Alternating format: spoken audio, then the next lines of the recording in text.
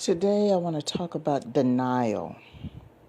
And it's not so much the person who is having the problem, but the people who are around them. I want to talk to them.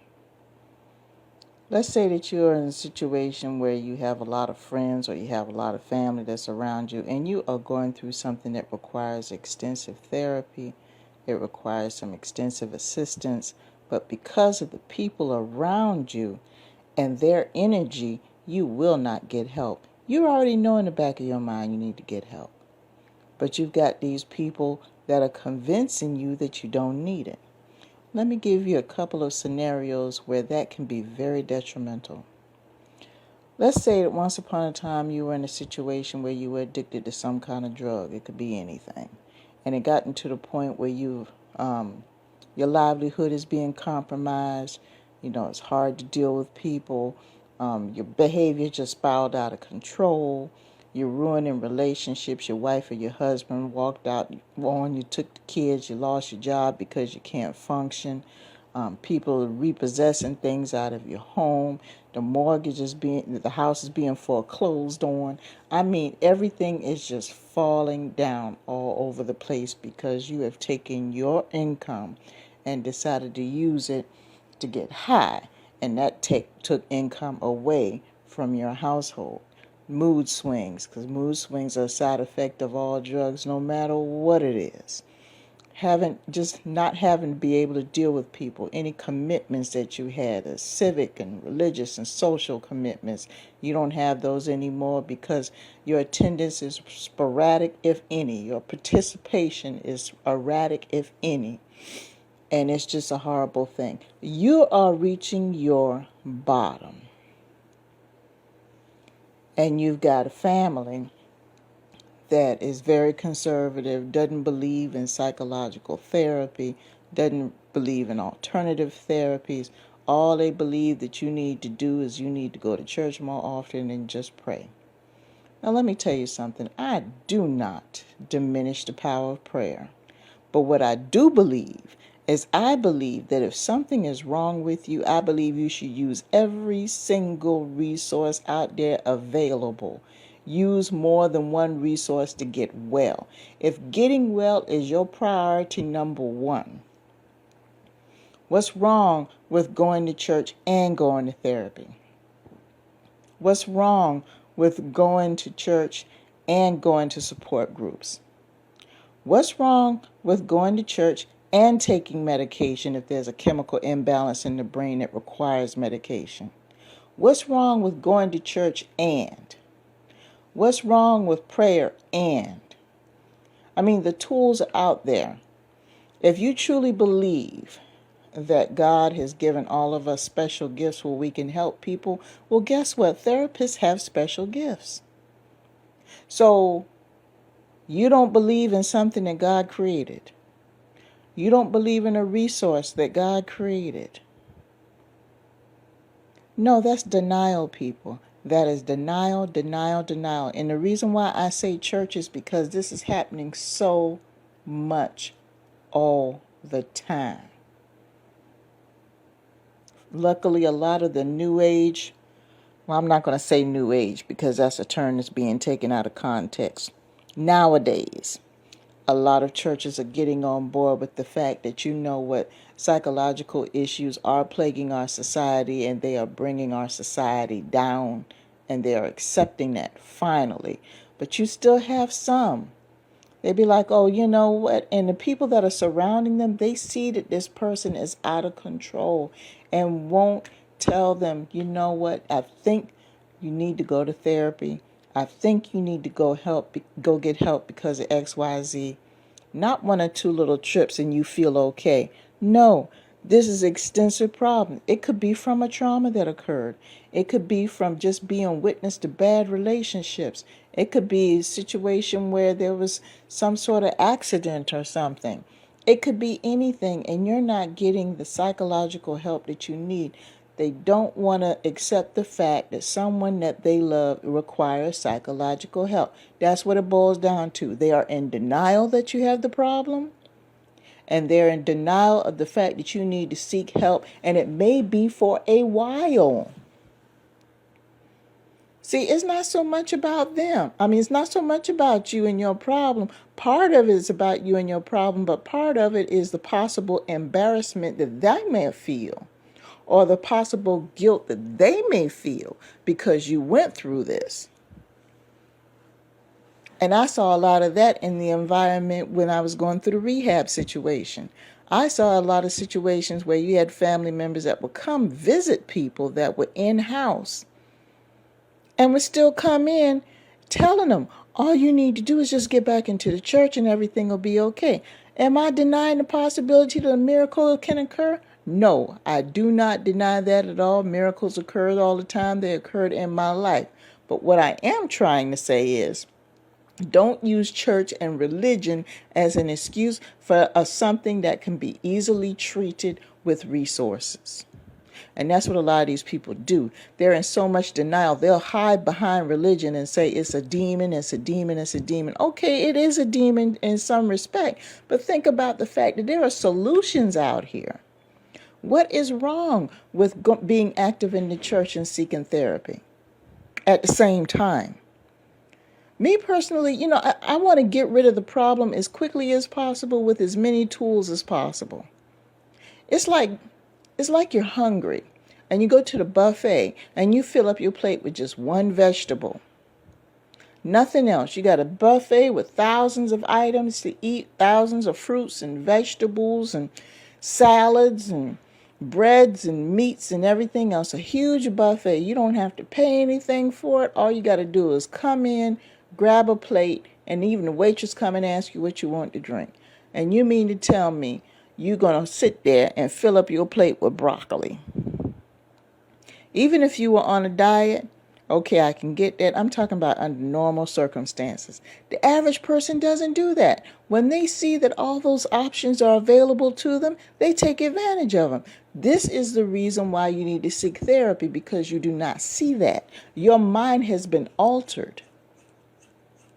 And it's not so much, substance abuse. It could be anything. If it's to the point where your mind has been altered and you cannot function on a daily basis with simple things, you need to go to therapy. You need to go to therapy. If you got to take extra effort to perform basic hygiene things, extra effort to feed yourself, it's got to be a big thing in your mind as to whether or not you're going to go to work when you know it's Monday. When you got to sit there and ruminate over things that you didn't have problems dealing with before, in order to just maintain daily simple responsibilities, you need to go see somebody. That's all that is to it. But see, the problem is that, okay, you might get to the point where you want to do it, but then you got these other people around you. They don't want you to go. Come on. That's why in a lot of situations like that, a lot of therapists want to have the family members in, because they already know what the problem is. They just want that person present so they can confirm what they already know. That's what it is. And a lot of the relatives, either you can't reach them or they don't want to go because they don't want to get checked. Well, I'm sorry, if you're one of these people and you know somebody in your family has been hurting and you have done nothing to help them, but they're to the point where they know they need help, what you do is you help them get the help. That's what a normal, sane person does. You don't sit up here and fabricate all of these things in your mind as to why this person can't get help. There's nothing normal about you not trying to help somebody get help. That's not normal, people. And a lot of people, especially people of color, and I'm going to say this because I'm a person of color, I can speak on my own, will sit there instead of just simply just having them go to where they need to go to get the help because they don't understand it. They will fabricate all these reasons and excuses in their mind. Oh, well, the reason why that she's that way is because her daddy did this. The reason why he did this is because, his mama did that.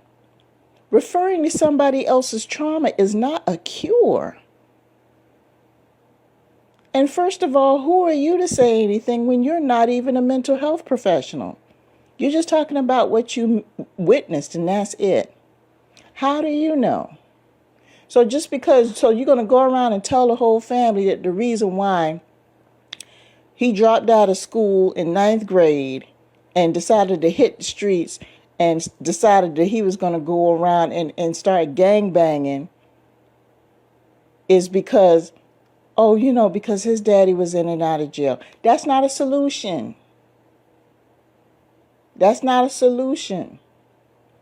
We need to get into the mindset of searching for and utilizing solutions instead of trying to sit here and come up with excuse after excuse after excuse after excuse for the problem.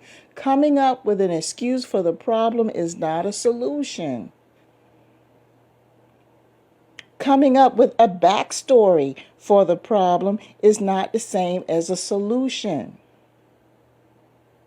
So what? You're going to tell the whole family that that mama had all these problems and everything, and that's why she's the way she is. So you're telling the whole family that so they won't treat the person like shit. It doesn't help them solve their problem, people. We need to get into this mindset of solving problems. We are notorious for identifying them. The few of us who are paying attention, because you got two groups of people that, some of them don't even acknowledge there is a problem. And the ones that acknowledge that there's a problem, over half of them don't do anything to look for a solution. People, come on. This is someone's life we're talking about. Someone's life. And you think you're doing a good thing by telling the whole family, well, you got to understand the reason why they're that, the reason why she's out there at the age of 13 prostituting and keep running away from home, and she's 13 is because, her mom is on drugs and her daddy's been in and out of jail. That's not a solution. She's 13 years old, dropped out of school, became a prostitute, and runs in and out the house all the time. You getting on the phone telling everybody within earshot the reason is because her parents are this and her parents are that. That's not a damn solution. What you need to do is take the girl to get some damn therapy, get her some rehab, get her ass back in school, and help her develop a spiritual relationship with her creator. Get some work done. Sitting up here talking about the reason why is because the parents this, and the reason why is because the sister that, and the reason why is because the job this, and the reason why is because the church that. So what? This person is headed for disaster, and the only solution that you have is to play armchair psychiatrist and talk about the reason why it is. That is not a solution, people. That's not a solution. And I can see this passionately because I have seen it over and over and over again in my life. And if somebody that I'm close to gets mad behind it, whatever the case may be, I am sorry. And please don't be dumb enough to out yourself on social media because I didn't mention any names. Y'all got to be careful with that. And for those of you who don't remember, I did post something called Social Media Etiquette that addresses that. Stop letting what somebody say get you so riled up to the point you lose your damn senses.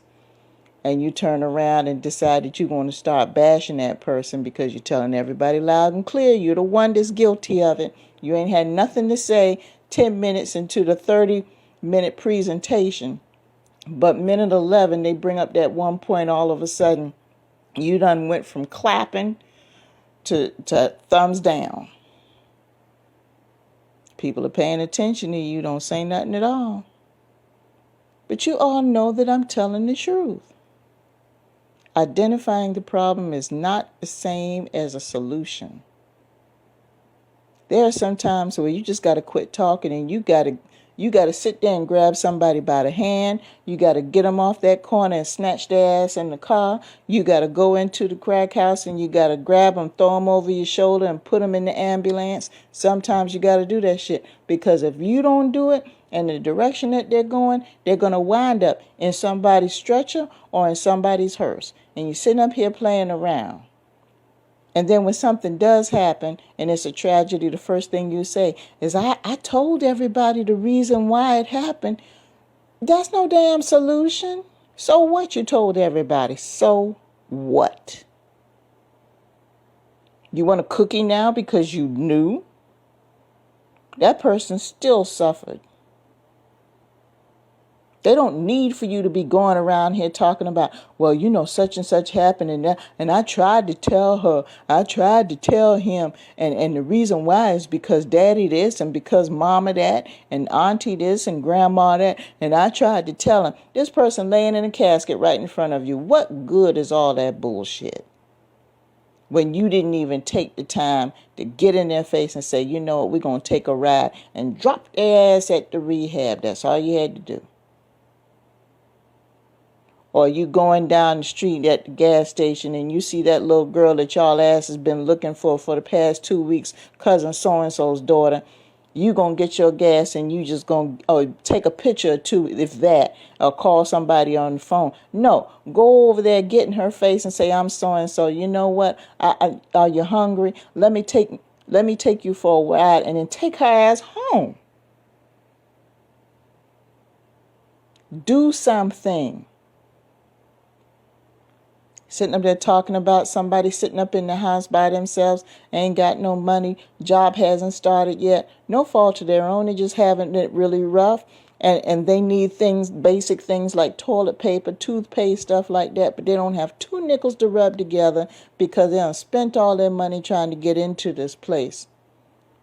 You gonna get on the phone and talk. You see that shit inside their house, take your ass over to Sam's or Costco or wherever it is you got that fancy membership and stock them up.